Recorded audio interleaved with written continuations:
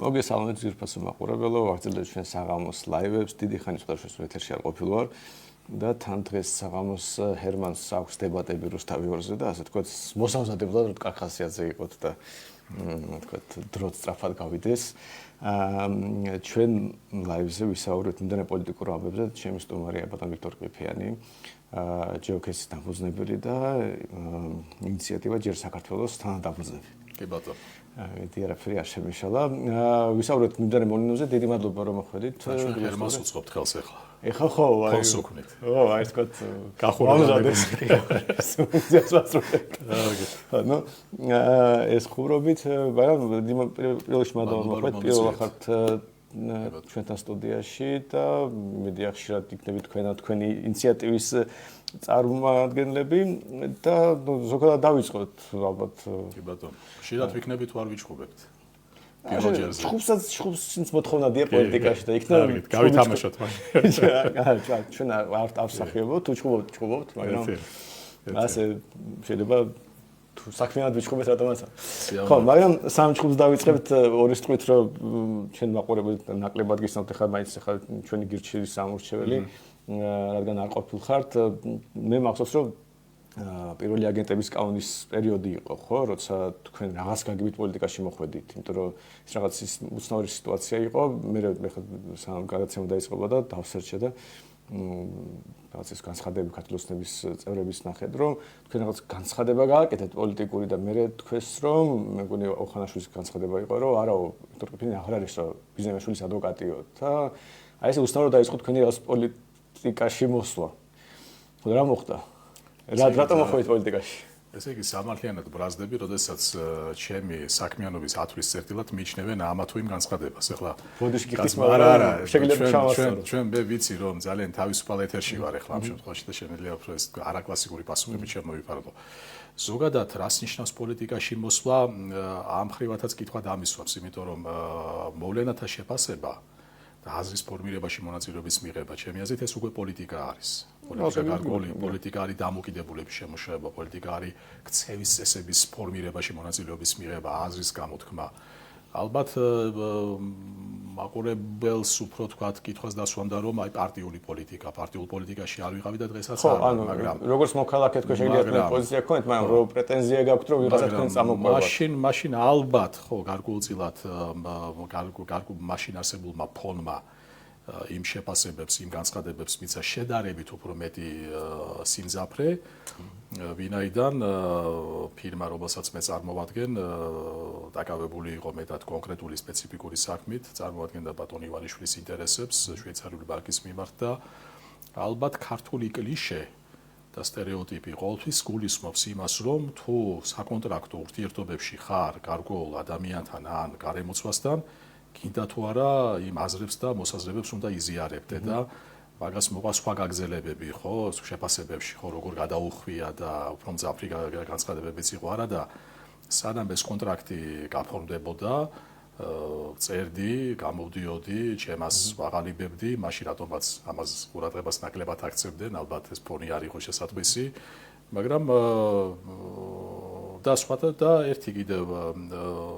ხშირად როდესაც ჩემი მისამართით ისმის გარკვეული ბრალდება ძალიან ორიგინალური ხასიათის ყოველთვის პასუხი ერთი მაქვს რომ ერთი არის პროფესიული მოვალეობები და ნახეთ ის ნაწერები ან შეფასებები რასაც მე და ჩემი თანაგუნდელები ვაძლევდით სხვადასხვა მოვლენებს და აბსოლუტურად იქ არანაირი მიდრეკილება არ არის. აი, მაშინ როდის მოხვედით პოლიტიკაში? არანაირი მიდრეკილება არ არის, არც პარტიული ხაზისადმი, არც კონკრეტული ადამიანის, თქვათ, იქ შეფასებებისადმი და სოფხედულობისადმი. ამდენად ეს გამიჯვნა ყოველთვის საჭიროდ მიმაჩნია, რომ ასეთ გამიჯვნაზე საჭიროდ მიმაჩნია რომ შევახსენო. ფაქტად უკვე პოლიტიკაში ხართ, ანუ რაღაც ეტაპი გაიარეთ და როდის ჩათვალეთ, რომ ანუ ალბათ რა მოგიყვანათ, აი მეც ამანდრესეთ ბრო და ალბათ პოლიტიკაში მოვედით მას შემდეგ, რაც პროფესიული აქტივობის კუთხით ბაქო თბილისი ჯეიხანის პროექტში მონაწილეობდი. ალბათ პოლიტიკაში მოვედი მაშინ, როდესაც სამხრეთ გასადერის დაფინანსებაზე 8 მილიარდიან პაკეტს ხელი მოვაწერე, როგორც საქართველოს იურიდიული რჩევა. ეს კაია. ეს ყველაფერი პოლიტიკა არის. პარტიულ პოლიტიკაში ჯერაც არა ვართ, მაგრამ ყოველ შემთხვევაში ის ინიციატივა, რომელიც ახლა ჩვენ გავახმოვანეთ ჯერ საქართველოს და ეს არის გარკვეულწილად გაგრძელება ანალიტიკური ცენტრი GeoCase-ისა, თუმცა GeoCase-ის რჩება ბუნებრივია ფუნქციონირება ერთეულად, ეს არის გარკვეულწილად იმ მემკვიდრეობის ატაცება და პოზიციონირება სწორედ იქეთკენ, რომ ჩვენ განვიხილავთ ჩვენს გუნდს, როგორც პარტიულ პოლიტიკაში პარტიულ პოლიტიკის ზღულზე შემდგარ შემადგენლობას. ხო, აი, როდის მიიღეთ ეს გადაწყვეტილება, რომ აი ისე აი გასაგებია, რომ პოლიტიკური შეფასებები თუ პოზიციები თუ რაღაც ირიბი ჩართულობა შეიძლება ბევრ ადამიანს ჰქონდეს და სხვა წარმატებით შემდეგ. მაგრამ რომ აი, თქო ეს ნაბიჯი, როცა თქვენ გადაწყვეტეთ, რომ შეიძლება დღეს არა, მაგრამ ხვალ ან ზეგ ან პარტია შევქნა, პარტიის ნაწილი გავხდეს ხვის და რაღაც არჩევნებზე მოშთე, ანუ რაღაც მომენტში გაწყვეტილება ხო მიღებული იყო, სანამ ეს დაარსდებოდა ჯერ საქართველოს ინიციატივა, იქაც ხო რაღაც გზა გაიარეთ. ბევრჯერ მინახეთ ეთერებში სხვა შეფასებებს აკეთებით, ანუ ბევრად ანუ ზოგადად აქტიურად იყო ჩართული და რამ გიბიზგათ რომ ეს ნაბიჯი გადაგებია. ბატონო ალექსანდრე, ესე იგი GeoCase-მა მოგცა ჩვენ იმის გაბედულება, რომ გვეფიქრა გაპარტიულებაზე. თუმცა და პრინციპში GeoCase-ის ხელწერა სწორედ ეს იყო, რომ ჩვენ ძირითადად სისტემას შემქმნელ საკითხებზე ვაკეთებდით კომენტარებს. ჩვენი პროფილი არ იყო ადამიანის უფლებებზე, აი social watchdog-ი, რასაც ქვია, ხო? ჩვენ ამ მიმართულებით არ მუშაობდით, განა, იმიტომ რომ ეს უმნიშვნელო არის, უბრალოდ ჩვენთან რესურსით ამოყრილი იძლეოდა საშუალებას უფრო მსხვილ, უფრო ისეთ სისტემას შემქმნელ საკითხებზე, როგორც თავდაცვა, თქვათ, უსაფრთხოების თემები, ნაწილობრივ მაკროეკონომიკა, რეგიონული თემები და ასე შემდეგ და ასე შემდეგ. მაგრამ პარტიულ პოლიტიკაზე აიხლაც პასუხი მინდა არც იმაზე მეც ვერ გეტყვით და ვერც დავაკლებ ამ პასუხს, ეხლა ჩვენ განვიხილავთ ფორმალურ მხარეს ჯერ საქართველოსთან მიმართებაში, რაც შეეხება კონკრეტულ ვადას გამიჭირდება, იმიტომ რომ ეს განხილვა ეხლაც მიმდინარეობს გუნდის შიგნით, მაგრამ გზნობთ რომ ის მომენტი მოგვიახლოვდა, როდესაც გადაწყვეტილება უნდა მივიღოთ, გუნდის ფორმირება მიდის, ყოველ შემთხვევაში მიდის იმ გაგებით, რომ ძირითადი ბირთვი არის GeoCase-დან გამოსული ანალიტიკოსები, თუმცა ერთ-ორ ადამიანს ვესაუბრებით GeoCase-ის ფარგლებს მიღმა, რომლებიც შეიძლება ძალიან საინტერესო შენაძენი იყოს ჩვენი გუნდისათვის. ასევე კონკრეტულ საკითხებზე, ტრადიციულ მიმართულებებზე ვაყალიბებთ ჩვენს message box-ებს, რომ ალბათ ფიქრობთ, სადღაც მარტი-აპრილის მონაკვეთში შეიძლება ჩვენ უფრო საზოგადოებრივ ასპარეზზე გამოვიდეთ ამ კონკრეტული გზავნილებით, შეხვედრების ფორმატებში, მედიაში გავიტანოთ ეს გზავნილები და აი ვნახოთ თვითონ აი გზადაგზა ალბათ ფორმალური სტატუსის მოპოვება ალბათ მომწიფდება. ხო და მე რა მეთქე, უბრალოდ აი რამ შეგაწუხათ, აი რა არ მოგეწონათ, ანუ ხო არის აი მაგალითად მე მაგალითად როცა პირველად პარტიაში მოვედი, თავარი ამბავი იყო, დღესაც იდეაში ამით ვარ უმეტესად დაკავებული. ეროვნული ბანკის საკითხი და რა ფულს რო ბეჭდავს ეროვნული ბანკი და ხალხს აღარ იბერს და რაღაც მაწუხებს ეს ამბავი რა. თქვენი აი როგორც აი პოლიტიკურ განცხადებას, როცა მე იმიტომ ვახსენე რომ აგენტების კანონზე რო გაკეთებული, იმიტომ ძალიან ყურადღება მიიქცია იმ მომენტში და შემდეგ ხო, მაგრამ აი რა იყო თქვენთვის თუ მithumetes თუ მიიჩნევთ რომ ეს არ იყო გამსაზღვრელი ის მომენტი და ის პერიოდი, რა იყო გასაგები რომ თქვი რომ აი გასაგებია თქვენ შეიძლება ბევრი ჭკვიანი ადამიანი აქვს, ხალხის მაყურებელში არის ის, მაგრამ გენერალი კაპანაძე, რომელიც თავდაცვის კოდექსის განხილვის დროს ჩვენთან სტუდიაში იყო და ძალიან ესეთი კარგი ეთერი იყო, ასევე თქვენთან არის თქვენ გუნდშია, ხო, ასე. ხო, და ამიტომ თქვენი გუნდის მეორე წარმოადგენელი ბრძანდებით ფორმალურად ასე გამოვიდა ჩვენ სტუდიაში, ვინც იყო და ერთია რომ შესრულებელი კარგი ადამიანია პირობითა და მეორე ამ ხალხით მინდა პოლიტიკა ვაკეთო. რაღაც ხონდა შეცვალოთ ამ ქვეყანაში და რა იყო ის რაც აი ყველში ამოგივიდა და ეხლა მე უნდა შევცვალო, აი ნაცები ამას ვერ ცვლიან, გირჩი ამას ვერ ცვლის, რა ვიცი, ლელო ამას ვერ ცვლის და მე მინდა შევცვალო რა დაატრიგერა ეს გასწრება. საერთოდ პოლიტიკისადმი დაინტერესება ალბათ გამოწვეული არის იმით, რაც სათავეში უდევს ყოველ ჩვენგან. ჩვენ დავიბადეთ ქართველებად და ბუნებრივია ჩვენთვის უცხო და უინტერესო და სულ ერთი არ არის რაც ხდება ჩვენს ქვეყანაში. ეს არის ეს ვთქვათ ისე ნახევრად ფილოსოფიურად რომ მივუდგეთ კითხავს, მაგრამ ჩვენი ხელწერა GeoCase-ის ალბათ იყო ის, რომ ჩვენ ვცდილობდით მედიის ორივე მხარე დაგვენახა და გვეჩვენებია ამ მსმენელისათვის და მკითხველისათვის ალბათ ამ ხრივ არა კონტრასტული, არა უკიდურესობაში გადავარდნილი შეფასებები, არა ეპატაჟური, არა იაფასიანი ეფექტის მისაღებად, რაც ჩემი აზრით მაინც საგამონაკლისო არის ქართული პოლიტიკისათვის, აი აქ ჩვენ ჩემი აზრით დავიკვირდეთ ის ხელწერა, რომელიც ვიფიქრეთ, რომ რატომ არ უნდა გადაგვეთარგმნა შემდეგ უკვე პარტიულ პოლიტიკურ მდგენელში. პარტიულ პოლიტიკურ მდგენელსაც რაც შეეხება, ახლა თანხმდებით ალბათ განსაკუთრებულ აღმოჩენას არ გავაკეთებ, რომ ერთი არის აკადემიური მიდგომა, ერთი არის საექსპერტო მიდგომა, მაგრამ თუ შენ გინდა რომ მეტი მოჭიდება შეიძინო და მეტი ზემოქმედება მოახდინო პროცესებზე, სამწუხაროდ ჩვენთან აკადემიური კულტურა არ არის იმდენად მომძლავრებული, რომ მხოლოდ საექსპერტო წრიდან ან პროფესიონალთა წრიდან წამოსული აზრი იქნეს შესმენილი და მიღებული გადაწყვეტილება და მიღების პროცესში. ამდენად ჩვენ ვიფიქრეთ, რომ აი შებიჯება და ამ აზრების შეტანა და ამ ხელწერის შეტანა უკვე აქტიურ პოლიტიკაში იქნებოდა არც თუ ურიგო შენაძენი ზოგადად ქართული პოლიტიკური სპექტრისათვის. კიდევ ერთიც, რაც მინდა აბსოლუტურად გულახდილად გითხრათ, როდესაც ერთგვარად დავამუხრუჭე კონკრეტული ვადის დასახელებაში, თუმცა გითხარით, რომ ეს საკითხი განიხილება, არ გვინდა დეკორაციად შევიდეთ პარტიულ ცხოვრებაში. გვინდა შევიდეთ იმგვარად, რომ ჩვენი სიტყვა გქონდეს და ანგარიშს გასაწევი. ეხლა ეს როგორ გამოვა სხვა საკითხი არის, მაგრამ გამოვა ალბათ ძირითადად ორი მიზეზის გამო.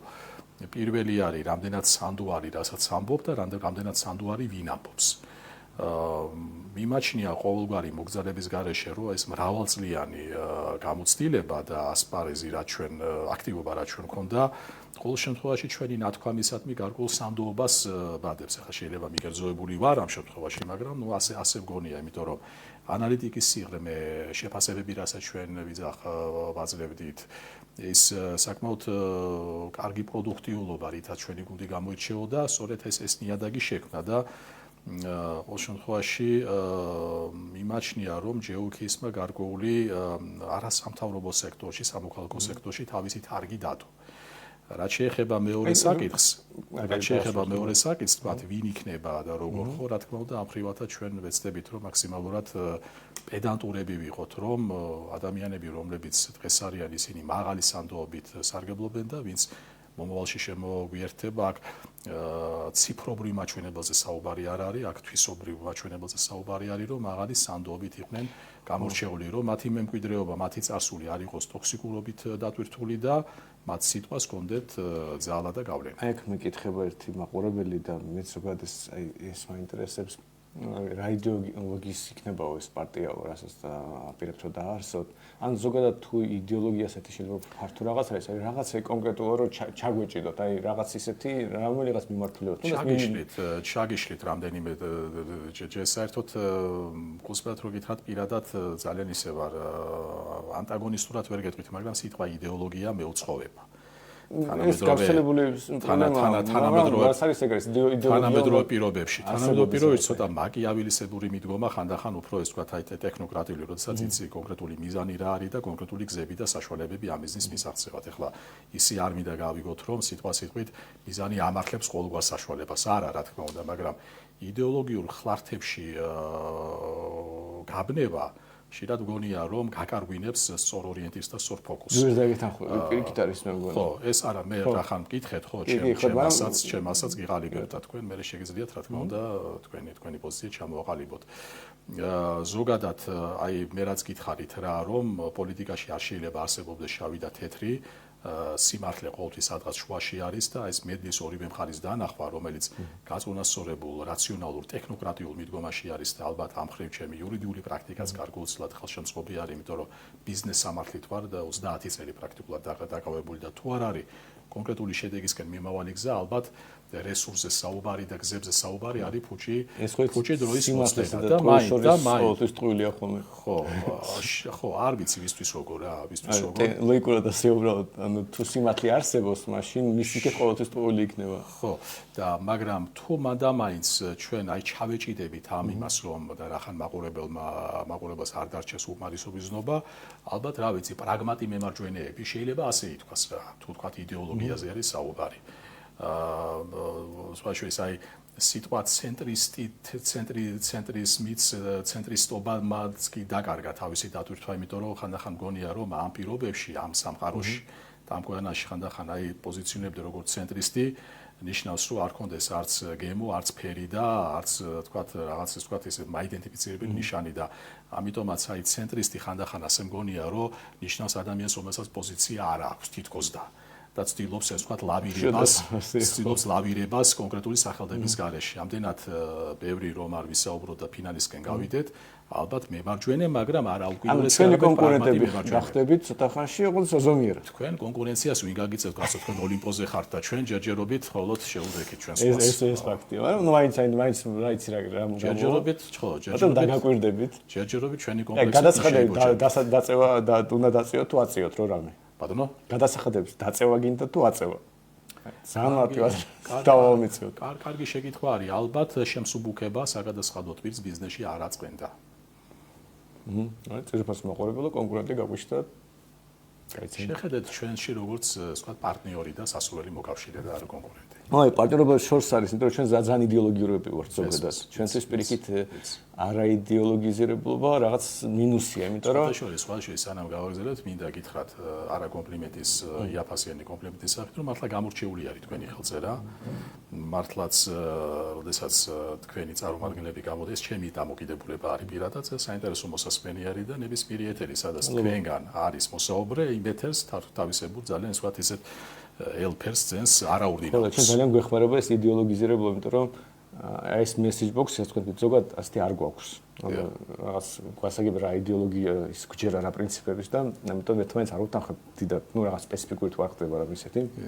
ჟურნალისტებს რა უთხრა და შემდეგ, იმიტომ რომ ისედაც გასაგები, ანუ მინდა გაგახაროთ ბჭყალებში, იმიტომ რომ ახლა იტყვით ვაიმე მართლა ჩვენი კონკურენტები არიან, და ჩვენ საკმაოდ დეცენტრალიზებული გუნდი ვართ, ანუ ზოგადად ეს ვთქვათ ღერძი როგორ არ ვიცი და წლების განმავლობაში ეს სინქრონი გარკვეულწილად გაუმუშავდა, მაგრამ არასდროს აი message box-ებში რაც თქვით შეთანხმება არ არის, რომ აი შენ ამას იტყვი, შენ ამას დაწერ, ეს ჩვენთვის საკმაოდ უცხო არის. და ჯერ ალბათ ეს დიდად არ უნდა გაწყვეტ, ну, ვთქვათ არ გეხებოთ, მაგრამ გაშკარად შეგეხებათ, დაფინანსება საიდან აიღებთ?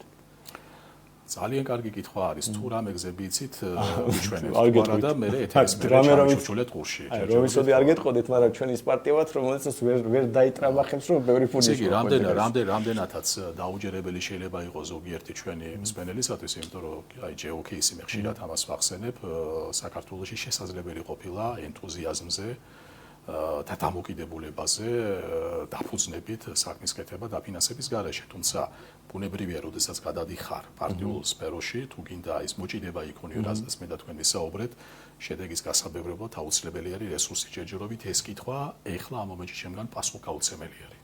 ხო, არა, სხვაშორის თავარი კითხვა იქნება, ნებისმიერ შემთხვევაში ამ კითხვაზე პასუხები მე ყველაფერს განაპირობებს, თან ჩვენ ახლა ჩვენ რაც ფინანსები გვაქვს, ეს საჯაროა და ეს ფინანსები ალბათ რაღაცნაირად იშოვება, მაგრამ ჩვენ წლები დავხარჯეთ, რომ იმ რამდენიმე 10,000 ლარს რომ თვეში ვიყებთ, აი აქამდე მივიდეთ, მაგრამ ახლა ქართულ სნებაზე არ ვლაპარაკო, მაგრამ უშუალოდ ოპოზიციური პარტიების მილიონებს ხარჯავენ.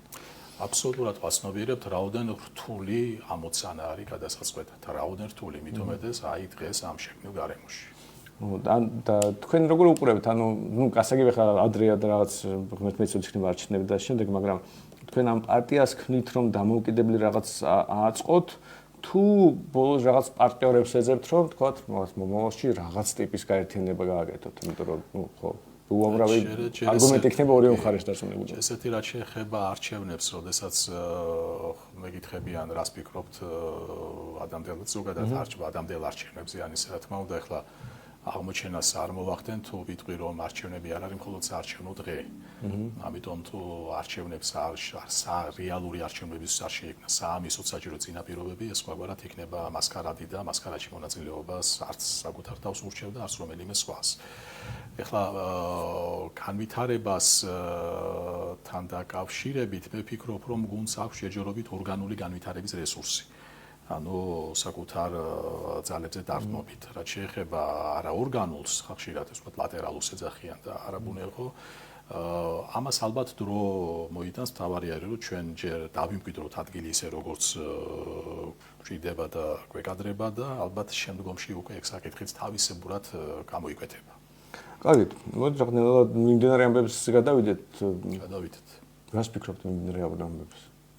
აი თქვენ როგორ პოზიციონირებთ მათ შორის აი რაღაც აი მაგალითად პროტესტია ქუჩაში უწყვეტი 200 და ხიალ ჩვენ ძალიან კრიტიკულები ვართ რა ვიცი ადრე გვადგინეთ თვალს და იმ ხალხთან რაღაც დაძაბული ოდეთობა აგერ ქართლოსნება ხალხს ჭირს იმიტომ რომ არ მაღიარეთ თორე ციხეშგებიშვებთო ანუ განსხვავებით ჩვენ ამ პროტესტიდან კრიტიკულები არა ვართ უფრო მეტიც ძალიან ემოციურად გულშემატკივრობთ და ვფიქრობთ რომ თუ სადმე შეიძლება მოიძებნოს სივრცე განსხვავებული აზრის შესანარჩუნებლად და კულტივირებისათვის სწორედ ეს ქუჩის მოძრაობა არის რა თქმა უნდა ქუჩის მოძრაობა რომელსაც აქვს თავისი ხარვეზი და მეც პირადად მაქვს კითხვის ნიშნები ახლა არ მინდა არც პერსონალიებზე საუბარი ცოტა ხელწერასაც ალბათ სხვაგვარად ვისურვებდი მაგრამ ჯამში ფაქტია რომ ალბათ ამის garaშე ახლა ჩვენ რო წარმოვიდგინოთ ერთი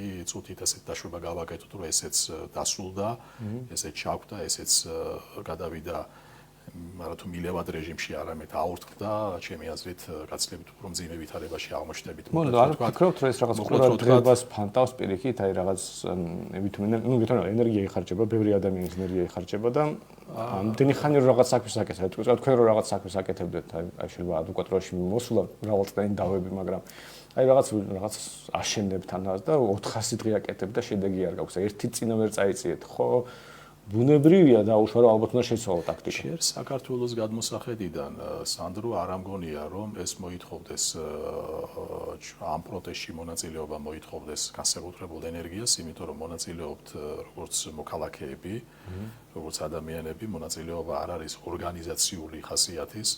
ამიტომ ჩემი აზრით იქ ჩვენი მოქალაქეობრივი სტატუსით მონაწილეობა და ჯერ საქართველოს განვითარება როგორც პოლიტიკური ინიციატივის შეიძლება იყოს მხოლოდ ურთიერთშემავსებელი და ყოველ შემთხვევაში ამ ეტაპზე რაიმეს საკონფლიქტოს ამ ორ დინებას შორის მე პირადად ვერ ვხედავ. დადიხართ ოდესმ? საკმაოდ ხშირად კი. გასაგებია. ყოველ შემთხვევაში როგორც მინიმუმ აი როდესაც ეს ბოლო ფორმატი დამკვიდრდა ეგრეთ წოდებული შაბათის მარშის ვცდილობ არ ჩავაგდო. საინტერესოა. არ მიმიქცევი ყურადღება, მაგრამ არ ვიცი ხო, საინტერესოა რას ლაპარაკობენ ხო? რა დადიხართ რა განწყობაა? ეს ხო იცით მოლოდინი იმისა რომ ასეთი ორგანიზებების დროს ან რაღაც პოლიტიკა შეიქმნება, ან დოკუმენტი გამოცხება, ან რაღაც ინიციატივა, რა თქმა უნდა, არა, ეს არის უბრალოდ ადამიანური თანადგომისა და სოლიდარობის ფორმატი. როდესაც ჩვენ ერთმანეთს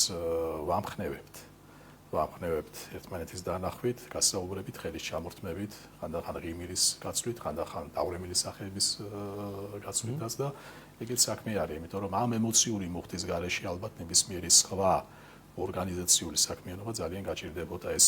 მე პირადად სიმართლე გითხრათ, ყოველ ჯერზე, როდესაც აი ამ მარში მონაწილეობა მიმიღია, ძალიან ამაღლებული გზნობით დაბრუნებულ ვარ სახლში, ვინაიდან არის გარკვეულწილად პესიმიზმი, რომელიც ჩვენ ყველას გვებძის, აი საჯარო ოპტიმიზმი ხშირად, საჯარო ოპტიმიზმს უჩვენებთ სხვადასხვა გამოსვლებში, მაგრამ როდესაც ვშევით საკუთარ თავთან პირისპირ, ბუნებრივია სხვა განსხვავებული გზნობები გვიპყრობს.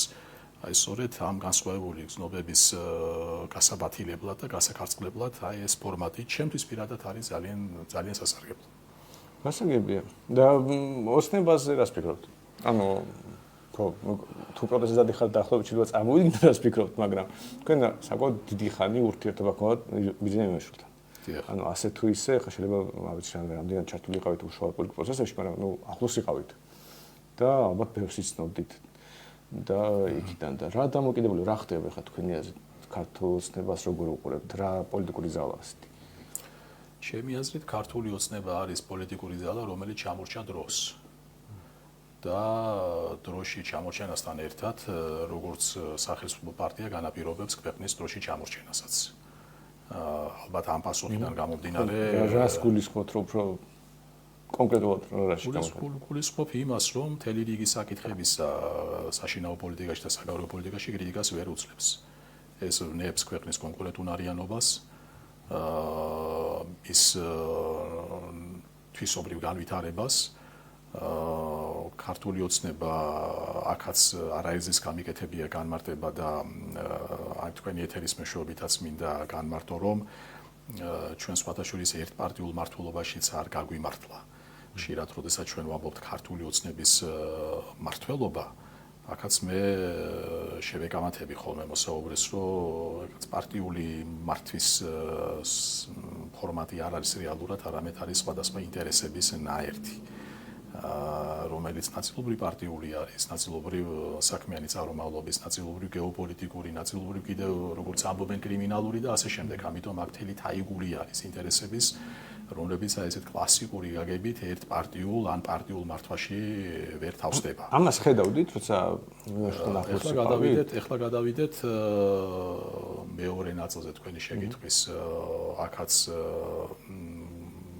განმარტავ რომ ესე იგი ჩვენი ჩართვის მომენტიდან დაკავებული ვიყავით პროფესიული მოვალეობებით, თუმცა ეს არ გამორიცხავდა, რა თქმა უნდა, უშუალო ურთიერთობების ფორმატში და ასეთი ურთიერთობა იყო ძალიან ინტენსიური და ამას როგორც ფაქტს აღნიშნავ. არც ნიშნის მოგების მიზნით ვამბობ და არც ვთქვათ ურთიერთობის დაკნინება მინდა. რა თქმა უნდა, ხდებოდა აზრთა გაცვლა სხვადასხვა საკითხებზე, იმიტომ რომ ხშირად მithქვამს, რომ ჩვენ ადამიანები ვართ და შეუძლებელი არის 24 საათის განმავლობაში მხოლოდ საქმეზე ისაუბრო, მით უმეტეს რომ 5 წლიანმა პერიოდმა ძალიან ეს ვთქვათ ტევადი პლასტი ჩაიტია ძალიან ესეთი მჭიდრო ურთიერთობების. ამდენად განიხილებოდა აზრთა გაცვლა ხდებოდა სხვადასხვა საკითხებზე, აი როგორც ჩავთვალოთ, რომ ახლა ჩვენ ეთერში არ ვზივართ და ჩამოვიჯექით სავარძელზე და რაღაცა ამ რეჟიმში, მაგრამ ის რომ რომელიმე ჩვენგანი ან მე ან ჩემი გუნდის წევრი ჩართული იყო პოლიტიკურ პროცესში ან გადაწყვეტილებათა შემუშავებაში, რა თქმა უნდა, ეს სიმართლეს არ შეესაბამება, ასე ვთქვათ, იმ ყბადაღებული შეფასებების საწინააღმდეგოდ, რომ უალატა გზას გადაუხვია, სხვა ბანაკში გადახდა. ხო, ეს უკვე მოხდით, რომ მეც ეს ნიუსებს შევუყურებდი, ეს თავი შეფასება ის. ჩვენ არაფერი არც საერთგულო ქონდა და არც აღალატო ქონდა. არც ერთ გუნდში ყოფნის რაიმე, ვთქვათ, ჭირდა და არც მეორეში გადახდომის. კიდევ ერთხელ ვამბობ, ეს იყო პროფესიული კონტრაქტი, რომელიც მოითხოვდა ძალიან დიდ ძალისხმევას, მე სულ ამას ვამბობ, იმიტომ რომ ეს იყო ძალიან დიდი არქიტექტურა გლობალური დავის. და ეს 5 წლიანი პერიოდი, რომელიც მე პირადად ჩემს გუნდთან ერთად ამას ყოველთვის ხაზს უსვა, მაგრამ ისე მოხდა, რომ მე ვიყავი გამხმოვანებელი, ძირითადად მე ვიყავი სპიკერი, ალბათ კოორდინაციაშიც მე გარკვეულწილად საკმაოდ დიდი წვლილი მიმიწოდა. ამან გამოკვეთა ესეთი სახელდება, როგორც არის პირადი ადვოკატი. ამაზეც ხშირად გამიკეთებია განმარტება, რომ ჩვენი ფირმა თაქირავებული იყო ბრიტანული იურიდიული ფირმის მიერ, ფირმათან ვიმეორებ და არამე პირადად და ასე იყო ეს ურთიერთობა აწყობილი. აი ამაზე მინდა კითხოთ ისე გამა კრედიტ სუიზე რა იყო მიზეზი ამის? ანუ deep state-ი ებრძოდა ბიზნესს თუ რამე სხვა მიზეზი იყო? ანუ მე მეგონა რომ უბრალოდ კრედიტ სუისი კვატრდებოდა და ჩვეულებრივად თავის კლიენტს ფულს არ უბრუნებდა. რაც გაკოტრების წინაშე ყოფ ბანკს შეიძლება ჩვეულებრივი ამბავი იყოს. არასწორი და რაღაც არაეთიკური, მაგრამ ხდება ხოლმე. ის რაც მოხდა deep state-ის და სანქციები, არაფორმულ სანქციები, ეს თქვენი აზრით ეს ასე იყო? მე ვეცდები კი პასუხოთ პროფესიულად და პროფესიული თქვენ ხო პოლიტიკურად უნდა ვიპასუხოთ. პროფესიულად კორექტულად. არა მე ხო ვიცნობ. კორექტულობა ყოველგვარში. მე ხო ვიცნობ საქმის მასალებს. კი ბატონო. და რახან მე ვიცნობ საქმის მასალებს, ჩემი პასუხი გამომდინარეობს მხოლოდ კონკრეტული ფაქტებიდან და გარემოებიდან. ის რაზედაც ჩვენ ვედავებოდით კრედიტ სუის ეს იყო შედეგი სტატუტურული სახალხშეკრულებო და დელიქტური ვალდებულებების დარღვევის. არც ერთში, არც მეორეში, არც მესამეში, არც პოლიტიკა, არც გეოპოლიტიკა არ იყო. დასაგებია. და სხვათა შორის, როდესაც ჩვენ ამ თემებს განვიხილავდით და ჩვენი ფირმა ხშირად გამოსცემდა პრეს რელიზებს, იქ იყო, რა თქმა უნდა, აზრთა გაცვლა. შეფასებები საითკენ უნდა წასულიყო. მე ძალიან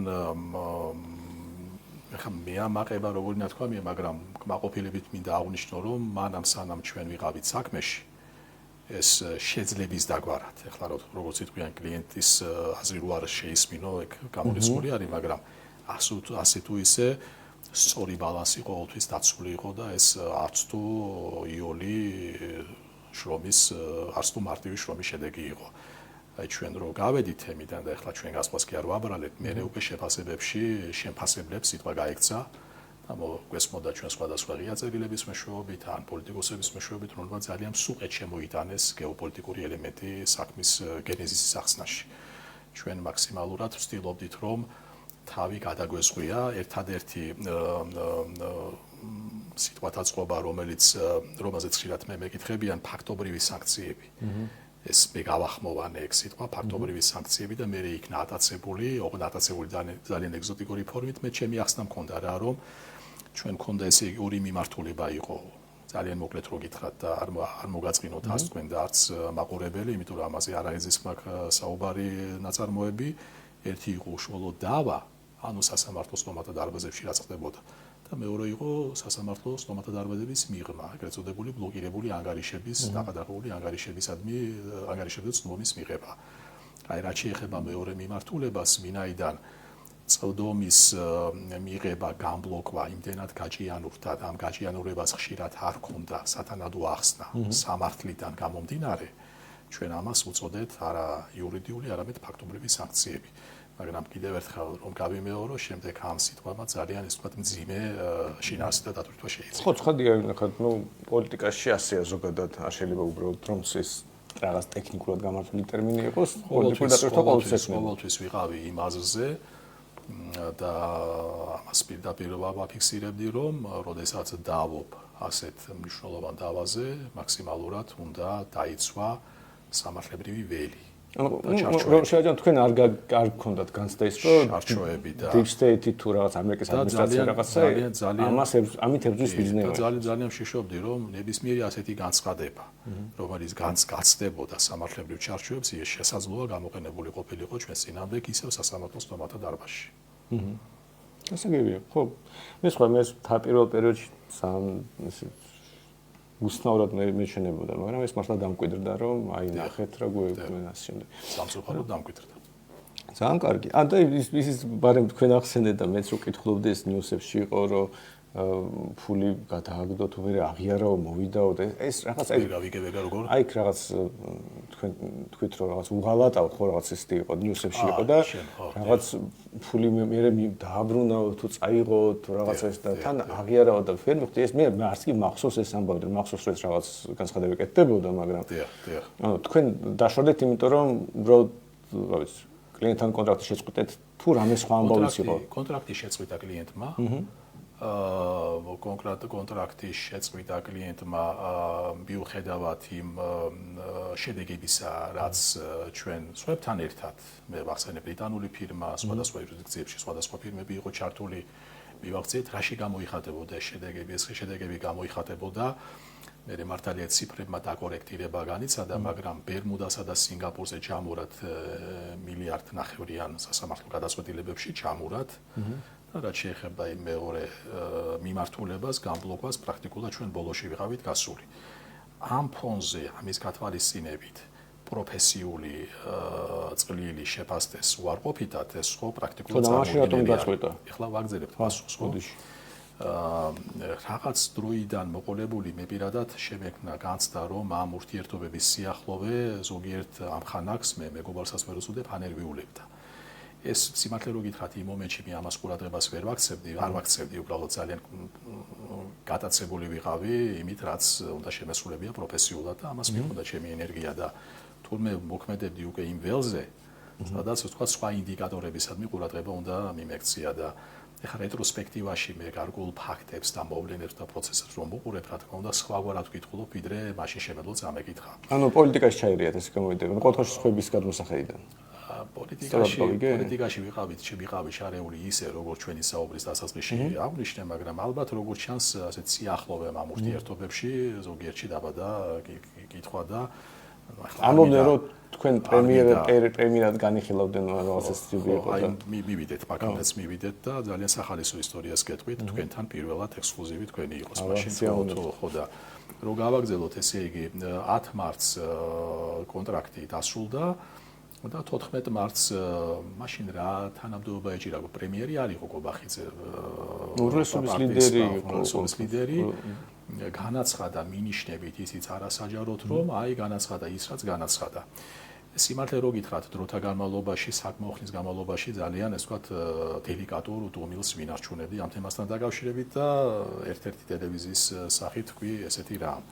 თუ ვინმე განმარტავს, როგორ შეიძლება ფულის მოპარვას კონდეს ადგილი, როდესაც a გასცემ პროფესიულ მომსახურებას, b გამოწერ ინვოისებს, შემდეგ კლიენტი ადასტურებს იმ ინვოისებს თავისი ხელწერით, ხელმოწერით და თანხა ჩდება ანგარიშზე, იხდი გადასახადებს და ასე შემდეგ. ესე იგი დანაშაულს 4 კომპონენტს შორის ერთ-ერთი არის დანაშაულის ობიექტური მხარე. როგორ განვითარდა მოქმედება. რაში გამოიხატებოდა და ასე ვთქვათ მისი ობიექტური მხარე კონკრეტული მექანიკა. სად, როგორ და რანაირად ნებისმიერ ამ სეგმენტში შეიძლება ადგილი ქონოდა და უშუალოდ აი იმას, რაზედაც მე ხშირად მომისმენია და ეს რომ გავახმოვანე ტელევიზიით რაღაც დროის შემდეგ, მე უკვე ამ მიმართულებით მსჯელობა როგორ ვთქვათ, ბრალდება არ ყოფილა, იმიტომ რომ მე მოუწოდე მეგობრებს რომ ამ რამე რაღაც უფრო ჭკვიანური მოიგონონ. თუ მანდა მაინც გაშავებაზე არის საუბარი და რეპუტაციის შელახვაზე, ან ასეთი იაფასიანი ისტორიის განვითარება უბრალოდ ვერანაირ კრიტიკას ვერ უძლებს. მას მე სხვადასხვის მსგავსი არაფერი არ მომისმენია. ასე რომ ნახოთ განვითარება როგორი იქნება თან თუ რამეზე გულისხმეტა შეიძლება გამოხატო ადამიანმა არის ის რომ საჯაროდ რომ თქმულიყო მაშინ იმ ცნობილი პრესკონფერენციის დროს საჯაროდ მაინც უპასუხებდი, მაგრამ ესე გადალაპარაკების დონეზე და აგორება, რა თქმა უნდა, არ შეეფერება თამკვიდრებულ ნორმალურ სტანდარტებს და უფრო მეტიც სამწუხაროდ შეეფერება იმ სტანდარტებს, რომლის მოწმენი ახლა დღეს ვართ ამ დროში. როგორც ჩანს, მაშინ კიდევ ეს მეთოდოლოგია გარიჟრაჟზე იყო და მე უფრო ეს ვთქვათ ფესვები გაიდგა. არ მინდა ჩემი თავი არავის სხვა შევადარო, მაგრამ როგორც ჩანს, ზოგიერთი მხრიდან, აი ეგრეთწოდებული კონკურენტის ასე ჩამოშორება ალბათ ერთ-ერთი საშუალებათაგანი იყო. მაგრამ გაკეთდა ძალიან უნიჭოდ და ვიცი კიდევ ერთხელ ვამბობ ვერანაირი ეს ვთქვათ მინიმალური κρიტიკის ტესტსაც ეს ვერ უძლებდა. ანუ თუ გავიგე, ესე იგი იმიტომ რომ თქვენ ივანიშვილთან რაც ჭიდრო ურთიერთობა გქონდა, ვიღაცამ იეჭვია რაღაცა შესაძლებელია და თქვენი გაშავება დაიწყო და ამით შეცდა არ მინდა არავითარ შემთხვევაში და იგივე სტანდარტით მიუდგე პასუხის ჩამოყალიბებისას, როგორი სტანდარტითაც ყალიბდებოდა ვითომ ეს ვთქვათ ბრალდებები თუ ბაზი გაშავება თქვენი როდეს დაიწყო იგი ყოველს განცხადებები, როცა აშკარად არ იყო სასიამოვნო და დაემთხვა დაემთხვა ესე იგი მაშინ სომხეთის ელჩმა რომელთანაც მე ვთხოვა რომ სომხური ტელევიზია არის ერთ-ერთი არხი და იქნებ კომენტარი მისცეო და ისე მოხდა დროის ერთ მონაკვეთში რომ აი ეს შეფასება რომელიც მაშინდელ კანონპროექტს მიეცა სხვაშორის კიდევ ერთი შეფასება მქონდა რომელიც პრემიერ კობახიძის მიმართ გამოთქვი ამჟამინდელი პრემიერის მიმართ რომ დაბუწუნე უკრაინასთან მიმართებაში კონკრეტული განცხადება. მოკლედ დროის მოკლე მონაკვეთში რაღაცა რამდენიმე გარემოება მერთად მოიყარა თავი. თუმცა ეს გარემოებები ეხლა როდესაც აი რეტროსპექტივა რო ვახსენე, ხედავ ამ გადმოსახედიდან რომ უკვე იყრიდა რაღაც დროიდან თავს. და სხვადასხვა ნიშნები სამაგისოდ იყო, როდესაც თქვა აი მაგალითად ფასდებოდა ჩემი გამოსვლები იმედის ტელევიზიაში. ერთ-ერთი მაღალი თანამდებობის პირის შეფასება იყო, რომ ყიფიანი რაღაც საჩვენოდ ფლად არ საუბრობს. და ასე შემდეგ. და ასეთი ფაქტები იყო, ეხლა არ მინდა კიდევ ერთხელ ვამბობ, რომ აი სიღრმეში შევიდე. რაც შეეხება გაპრემიერებას, ნუ ახლა ესეც უცნაური ოპტიკის თემა არის, საერთოდ ყოველთვის ვიყავი ყურადღების ცენტრში, მათ შორის ოპოზიციური მედიის მხრიდან და ჩემი თანამშრომლობის ურთიერთობის ერთ-ერთი პირობა ეს იყო რა, რომ არაზუსტ კითხვას არ გავექცეოდი. და არათუ არ გავექცეოდი, არამედ ნებისმიერი პასუხი იქნებოდა ჩამოყალიბებული სრულად, რამდენადაც საქმის ფარგლები ამის საშუალებას მომცემდა და კორექტული, ტაქტიანი, დამოკიდებულით მედიისადმი.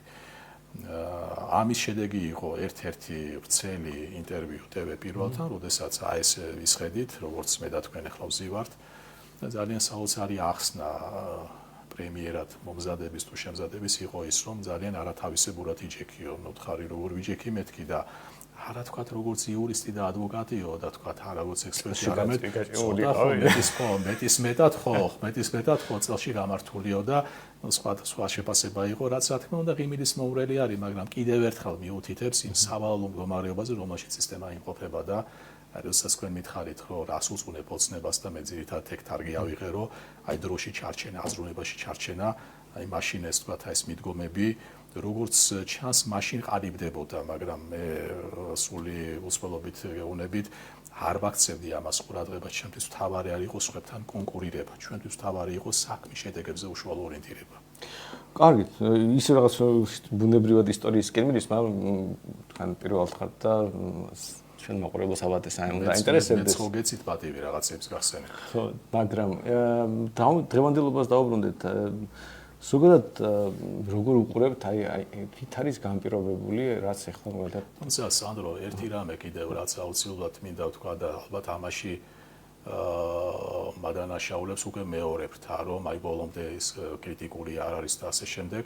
ხო, აი ეს მინდა დამეტესა რამდენად კრიტიკული ხართ ხელისუფლების მიმართ. ხელისუფლების მიმართ კრიტიკული ვარ, რა თქმა უნდა, მაგრამ როდესაც მოლოდინში არიან რომ გავიხსენებ ან დავიწყებ მოყოლას ჩემი და ბატონი ბიძინა ივანიშვილის ურთიერთობებზე, აქ რა თქმა უნდა მithkoms და კიდევ ერთხელ ვიმეორებ, არის პროფესიული ეთიკა, ეს შეიძლება ზოგისთვის ძალიან გამაღიზიანებელი არის და არ მინდა დავემსგავსო ზოგიერთს.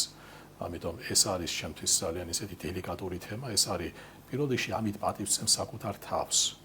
და რაც შეეხება ურთიერთობებს, აქაც მithkoms არაერთგზის მედიის მეშვეობით, რომ ეს იყო ძალიან საინტერესო და ძალიან რთული ურთიერთობები.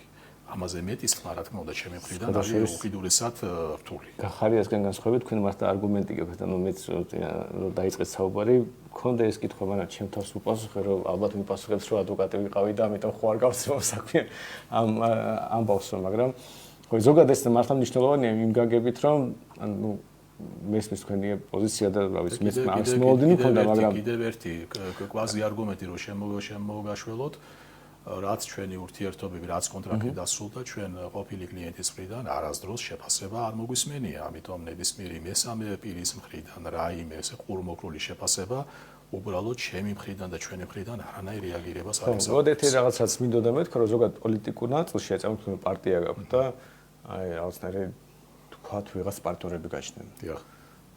ან პოტენციური რაღაც საუბარი რაღაც ამაზე მიდის, გასაგებია რომ ეს საკითხი დადგება.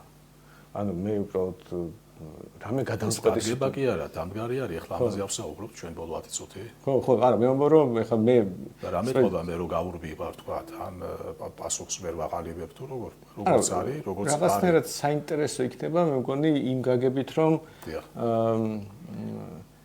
როგორ გითხრათ, ადამიანს აქვს წტომა ძალიან მნიშვნელოვანი ინფორმაციას, მაგალითად იმ პერიოდში და თქვენ ეს კონტრაქტი შესწყვეტეთ, როგორც მახსოვს, ბიზნესმენში ფორმალ პოლიტიკაში არ იყო. ანუ იმ დროინდელ ნიუსებს რო ვკითხულობ, რა მნიშვნელობა აქვს რასაც ფიქრობს ბიზნესმენი, როცა ის პოლიტიკიდან წასულია. მეცილად არ იყო. ხო და არადან ხა ყველა გვესმის რო პოლიტიკაში იყო. და ეს პროცესი მაგალითად არის არაფორმალური მმართველობის. თქვენს თან დავწრე იყავით ამის. რაღაცნაირად ხედავდით ამ ამას, იმიტომ რომ ყველას გეცნო ბიზნესში პოლიტიკაში იყო, მაგრამ თან ფორმალად არ იყო. და ეს მაგალითად მე რაც გახარიასთან თავარი პრეტენზია მაქვს ზოგადად რა, იმიტომ რომ შეიძლება მისი პოზიცია მოუწეს არ მოგწონდეს რაღაცეებზე, მაგრამ ადამიანი ამ არაფორმალური მმართველობის ერთ-ერთი თავარი მონაწილე იყო, პრემიერ-მინისტრი იყო იმ მომენტში და რაღაცნაირად ეს ყველაფერი ხდებოდა და სიტყვა არ აქვს ამაზე მოყოლ. მას თქვენთან განსხვავებით საერთოდ განმავლობლება არ აქვს, არც ექიმი იყო, არც ადვოკატი იყო, რა თქვა რომ რაღაც საიდუმლო, არც მღვდელი ის არ იყო, ხო? ვერაფერს ვერ გაიმართლებს თავს. ამიტომ მასთან სასახა კრიტერიუმია, სამ არ მოყვები არ მჯერა შენი. დიახ. მაგრამ ვინაიდან თქვენ მიხედავთ თქვენ ეს არგუმენტი გაქვთ, მე მგონი მაინც რაღაც მომენტში ეს მოთხოვნა იარსებებს, რომ აი რამე მაინც გითხარით ისეთი, რომ აი რა იყო ისეთი. აი მე დავიწყებ პასუხის ჩამოყალიბებას, კიდევ ერთხელ დამჭირდება დაახლოებით 2-3 წუთი და მე თქვენ ამ 2-3 წუთს მოგცემთ, რომ თქვენ იფიქროთ დამატებით, რით შეიძლება დაიწუნოთ ჩემი პასუხი ამ თემაზე. რა გინდათ, მეტი შეღავათი რა გაგიწიოთ, ესე იგი მოდი არ ჭირდება, მაგრამ 2 წუთი გაქვთ. ხო, ნუ ახლა ჩვენ ხო ეს ვთქვათ, ცოტა წავიპაიქროთ ერთმანეთთან. ესე იგი, თქვენ თქვით არაფორმალური მმართველობა. თქვით ფორმალური, გინდა არაფორმალური. მე ვიყავი ორ ადამიანს შორის ურთიერთობის ფორმაში აზრთა გაცვლის მონაწილე. ეს ეს აბსოლუტურად სხვა არის ვიდრე მართლობაში ან არაპარაპოლო მართლობაში მონაწილეობისა. ამიტომ აქ დასამატებელი და განმარტების სახით რომ გითხოთ ის მეორე ვინ იყო? მეორე ბატონი ბიძინა იყო. ესე იგი ჩვენ რო საუბრობდით კიდევ ერთხელ, ესე იგი ჩვენ რო ორი თქვენ და ბატონი ბიძინა ურთიერთობდით ერთმანეთთან და ურთიერთობდით. უნდა ვიღაც მესამე იყო. ჩვენ რო ურთიერთობდით საქმის ირგვლივ და არა მარტო საქმის ირგვლივ, არამედ გითხარით რომ აზრთა გაცვლა ბუნებრივია ხან რაზე ჩამოვარდებოდა საუბარი და ხან რა საუბრის წარმოება ორი ადამიანის მეშვეობითა და შენი აზრის გამოთქმა და იმის აზრის მოსმენა ეს არ ნიშნავს რაიმე სახით ფორმალურ ან არაფორმალურ მართლობაში მონაწილეობას. არა, მე ეს არ მithქოს. აი ზუსტად მე რო წამოვიგინოთ თქვენ ივანიშვილთან რამდენიმე საათი ლაპარაკეთ, ბევრ რაღაცა უნდა გწოდნოდეთ რა ხდება პოლიტიკაში. ნახევრად ხუმრობი და ნახევრად სერიოზულად გეტყვით, ნეტა მქონოდა საშუალება რომ რაღაც მონაწილეობა მაინც მიმეღო. ეხლა ამას შეიძლება ძალიან არათამდაბლურად გავამდის, მაგრამ ნათქვამი, მაგრამ ყოველთვის ჰქონდა ჩემი კრედო, ყოველთვის ჰქონდა ჩემი პრინციპები, მან იცოდა ამ პრინციპების შესახებ და სხვათა შორის ამ პრინციპების გამოისობით მათ შორის ჩვენი ურთიერთობა იყო ყოველთვის ძალიან კორექტული. ეს არ იყო ურთიერთობები კლიენტისა და მრჩევლის.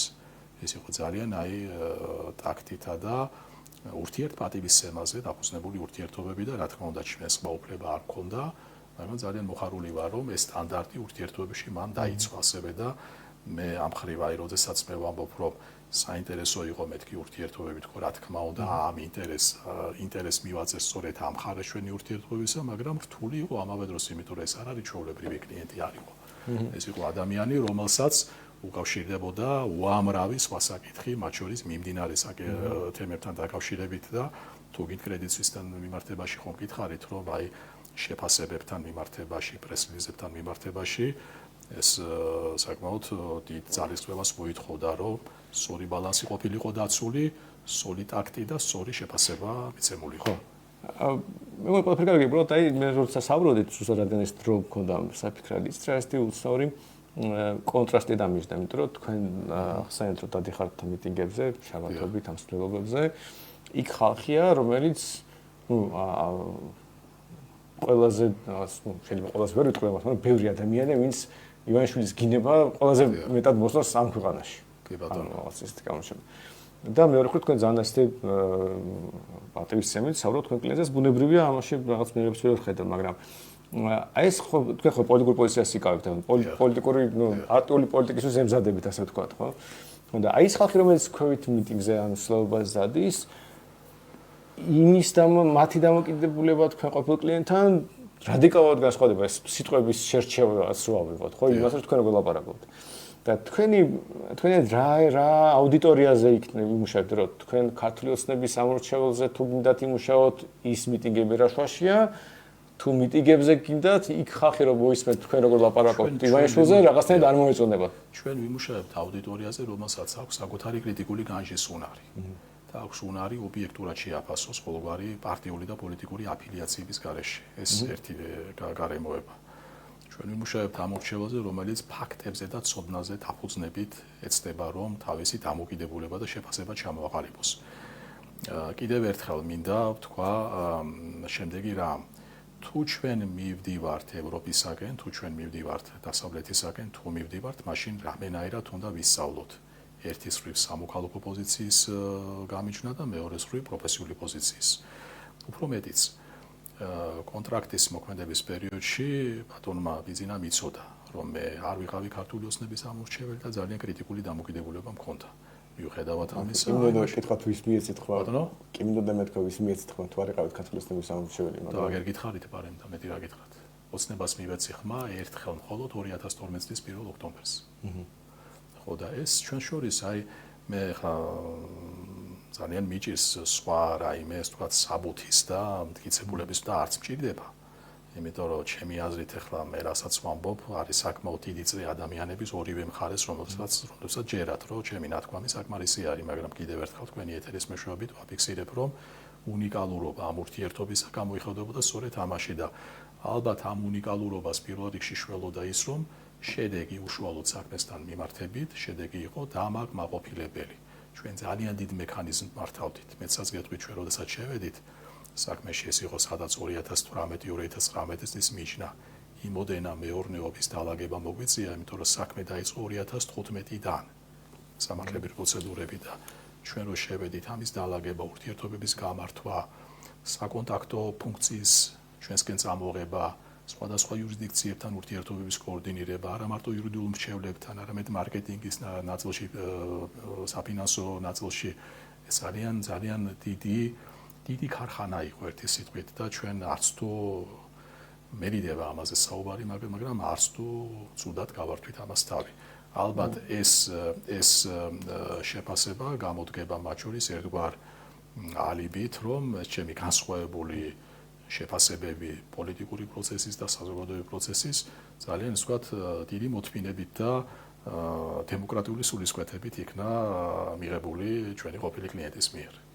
ესე იგი, და ბოლოსკენ მივდივართ და ისე რომ გამოვიდეს რომ რაღაც დაალაგდა პოლიტიკური გარემო და თქვენ გაგიჩნდა შესაძლებლობა რამე ერთ-ერთ ვთქვათ მომავალ კოალიციურ მთავრობის ნაწილი ხდებით, მაგრამ ვერ მოკრიბეთ იმდენი რომ დიდი წონა გქონდეთ, მაგრამ ერთი რაღაცა შეგიძლიათ შეიტანოთ, ანუ 7 პუნქტიანი ან 12 პუნქტიანი რამე გეგმა კოალიციური მთავრობის და ერთი თქვენია. და იმ პასუხს აგებთ რომ ამ ერთ რაღაცა შეცვით ამ ქვეყანაში. რა იქნებოდა ეს თავი, რას მიადგებოდით პირველს, აი რა გაწუხებთ ყველაზე მეტად, რომ აი ამას ნამდვილად შევცვლით. მე არ ვიცი ეს როგორ შეიძლება სისტემური ან კანონის სახით იქნა შეცვლილი, მაგრამ მე ვინატრებდი უფრო გაადამიანურ მართლობას. მე ვინატრებ პრემიერ-მინისტრს, რომელიც სუპერმარკეტში საკუთარი ფეხით ჩადის პურის საყიდლად. ვინატრებდებულებ პრემიერ-მინისტრს. ხო, არა, მე საერთოდ მიმაჩნია, რომ ხელწერის შეცვლა, იცით, ცოტა ისეთი ნორდიკული ცოტა ხმამაღალი ნათქვამი არის, მაგრამ ნებისმიერ ხელისუფლებას ჩვენთან ემართება ერთი და იგივე შეცდომა და ქართული ოცნებაც იგივე მახეში მოექცა. ჯერ ხდება გაუცხოება ადამიანებთან, ჯერ გაუგებრობა, მერე გაუცხოება, მერე გაღიზიანება და შემდეგ მოდის დაპირისპირებაში. კიდევ ერთხელ ნებისმიერ მომავალ ხელისუფლებას ეს იქნება მეწილად ეს იქნება კოალიციური, რა თქმა უნდა, იმიტომ რომ წარმოუდგენელი რომელიმე ერთმა პოლიტიკურმა ძალამ საკუთარ თავზე ინტელექტუალურად ან სხვაგვარად აიღოს ქვეყნის მართვის სადავეები.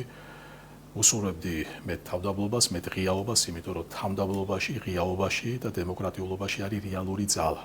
ჩვენთან სამწუხაროდ ეს პირიქით ესმით. ხო, ეს ზოგადად პოლიტიკური კულტურა მე რაღაც განსაკუთრებულად არაფერი არ მაქვს, მაგრამ აი პოლიტიკური მიზანი მაინტერესებს. მე მგონი პოლიტიკური კულტურიდან იწყება ბევრი რამ და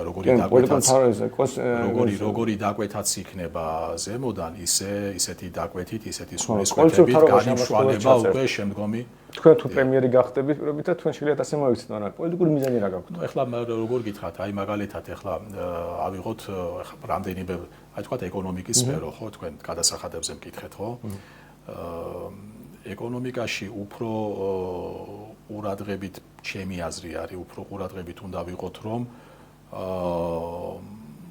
სწორი წონასწორობის წერტილი მოუძებნოთ ერთის მხრივ საბაზრო ეკონომიკასა და მეორეს მხრივ სოციალურ ფაქტორას შორის. ჩემი აზრით ეს ველფეარიზმის, სოციალური კეთილდღეობის ელემენტები უფრო მეტად დასანერგი არის, ამას იმსახურებს არა მარტო ქართული არა მარტო სწორი ბალანსი მეთქი, სწორი ბალანსი თქო, იმიტომაც თქვი მე რომ ეს იდეოლოგიები ძალიან ისეთი რა სათუთის საკითხი არის, მაგრამ სწორი ბალანსის დაჭერა, იმიტომ რომ სოციალური კეთილდღეობა მათ შორის არის სოციალური თანაბრობა და ეს ყველაფერთან ერთად უსაფრთხოების საკითხებსაც უკავშირდება.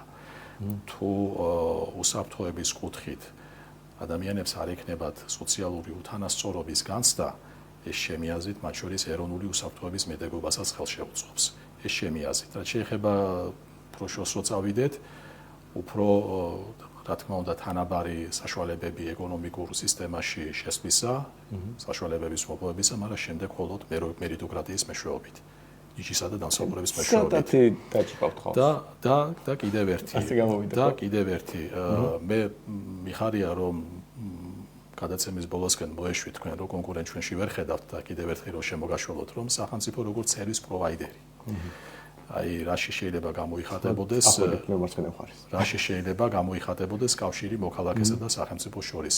სახელმწიფო სერვის პროვაიდერი ფიზიკური უსაფრთხოების კუთხით, სახელმწიფო სერვის პროვაიდერი თანაბარი საწყისი ეკონომიკური შესაძლებლობების კუთხით და სახელმწიფო როგორც სერვის პროვაიდერი სოციალური გარკვეული ბალიშის შექმნის კუთხით.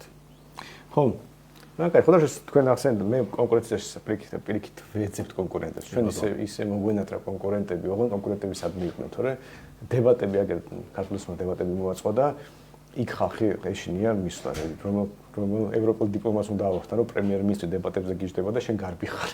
მე მგონი ეს არის უცნაური სიტუაცია ჩვენი პოლიტიკის და ჩვენ იქით გაგვიხარდება, რომ კონკურენტები ყავდეს, მით უმეტეს თუ ჩვენ ეხლა ცოტა შეხვარის მაინც იქნებიან, იმიტომ რომ ასეთი დებატები უფრო სახალისო იქნება. სანდრო გეტყვით, რომ ჩვენს გუნდში არა ერთგვაროვანი დამოკიდებულება არის, მაგრამ პირადად ჩემი პოზიცია არის, რომ არ გაურბოდეთ.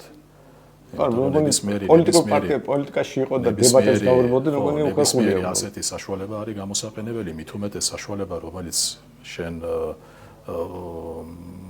დებატები, რომელიც შენ საშუალებას გაძლევს, ესაუბრო არა მარტო შენს ამორჩევას, არამედ სხვის ამორჩევალსაც, მე მგონი ეს საშუალება ხელიდან გასაშვები არ არის.